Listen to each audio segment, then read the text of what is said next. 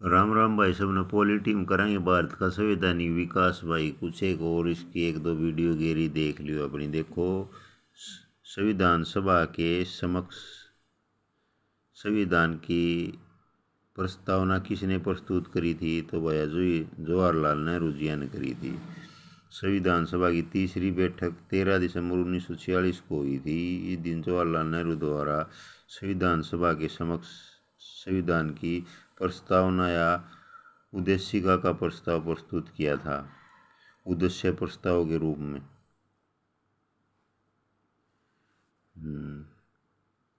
और प्रस्तावना को संविधान सभा द्वारा कब स्वीकार किया गया था? 22 जनवरी 1947 को।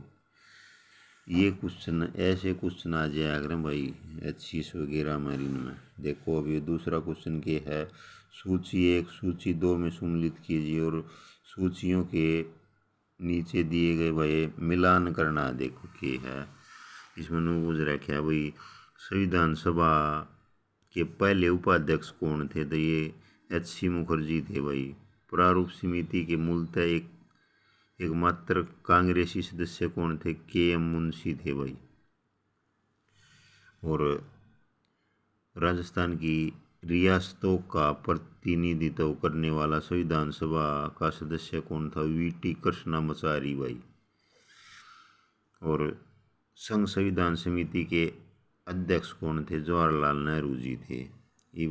भारतीय संविधान के निर्माण हेतु भारतीय संविधान सभा के कुल कितने अधिवेशन आयोजित किए गए थे? भाई 11 करे गए थे। और 2 वर्ष 11 माह 18 दिन लग गया था बनाने में। इसने अपने संविधान ने कुल 165 दिन लगे थे। और उस टाइम बताओ भाई खर्च 64 लाख रुपए हुए थे। संविधान सभा के सदस्यों का निर्वाचन कैसे हुआ था? तो ये हुआ था भाई प्रांतीय विधानसभा के सदस्यों द्वारा। इसमें क्या था भाई, संविधान सभा के सदस्यों का निर्वाचन प्रांतीय विधानसभा के सदस्यों द्वारा अप्रत्यक्ष निर्वाचन पद्धति के आधार पर हुआ था, न कि प्रत्यक्ष। और 10 लाख की जनसंख्या पर एक प्रतिनिधित्व संविधान सभा के लिए चुना गया था। प्रत्येक प्रांत में उसकी जनसंख्या के आधार पर किया गया। और संविधान सभा के कानूनी सलाहकार कौन थे? तो ये थे भाई B.N. राव। B.N. राव कौन? इनका नाम था भाई ये पूरा बेनेगल नरसिंह राव। B.N. राव शॉर्ट में भाई। देखो ये संयुक्त राष्ट्र सुरक्षा परिषद के भी सदस्य रहे। 1950 से 1952 तक इनने भारत का प्रतिनिधित्व किया था भाई संयुक्त राष्ट्र परिषद का। और इसमें क्या दे रखा है भाई दूसरे क्वेश्चन में, इसे क्वेश्चन आ गए इंपॉर्टेंट। देखो निम्नलिखित में से कौन भारतीय संविधान की प्रारूप समिति के सदस्य थे, न कि अध्यक्ष? अध्यक्ष तो इनके B.R. अम्बेडकर जी थे प्रारूप समिति के। और सदस्य थे इसके 6, उनमें तो 2 इस मत हैं भाई। इस क्वेश्चन में 2 दे रखे हैं, कौन कौन से हैं देखो। N. गोपाल स्वामी अयंगर, एक यो अलादी कृष्णा स्वामी अय्यर है भाई। इसमें यो भाई इसका गठन हुआ था, गठन भी बूझ लिया कर आजकल तो वह SSC HSC में। और 19 अगस्त 1947 को भाई इसका गठन हुआ था। अध्यक्ष कौन थे? B.R. अम्बेडकर जी थे।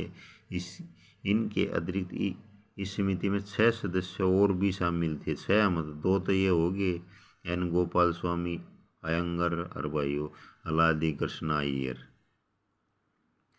और ये B.N. गोपाल स्वामी वो ऊपर लाए नाम भाई K.M. मुंशी हो गया, अलादी कृष्णा स्वामी, सैयद मोहम्मद सादुल्ला, B.L. मित्र, इन्होंने स्वास्थ्य कारणों से त्याग पत्र दे दिया। तत्पश्चात N. माधव राव ने पद संभाला भाई।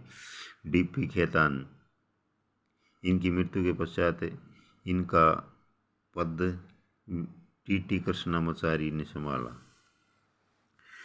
और भारतीय संविधान को 26 नवंबर 1949 को किसके द्वारा अधिनियमित किया गया था भाई? बताओ। संविधान सभा द्वारा। तैयार कद होया था अपना संविधान? 26 नवंबर 1949 को। अब कमेंट बॉक्स में ये बताओ लागू कद होया था? 26 नवंबर 1949 को अंगीकृत अधिनियमित और आत्माप्रीत किया गया।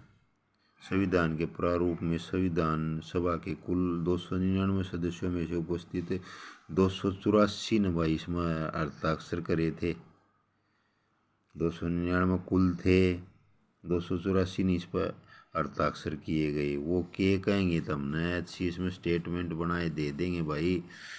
सदस्य तो 299 थे और भाई स्टेटमेंट मतलब वो हस्ताक्षर करे 282 या 83 ने या कुछ भी इस तरह अगर हो, ये 284 हैं ध्यान तक।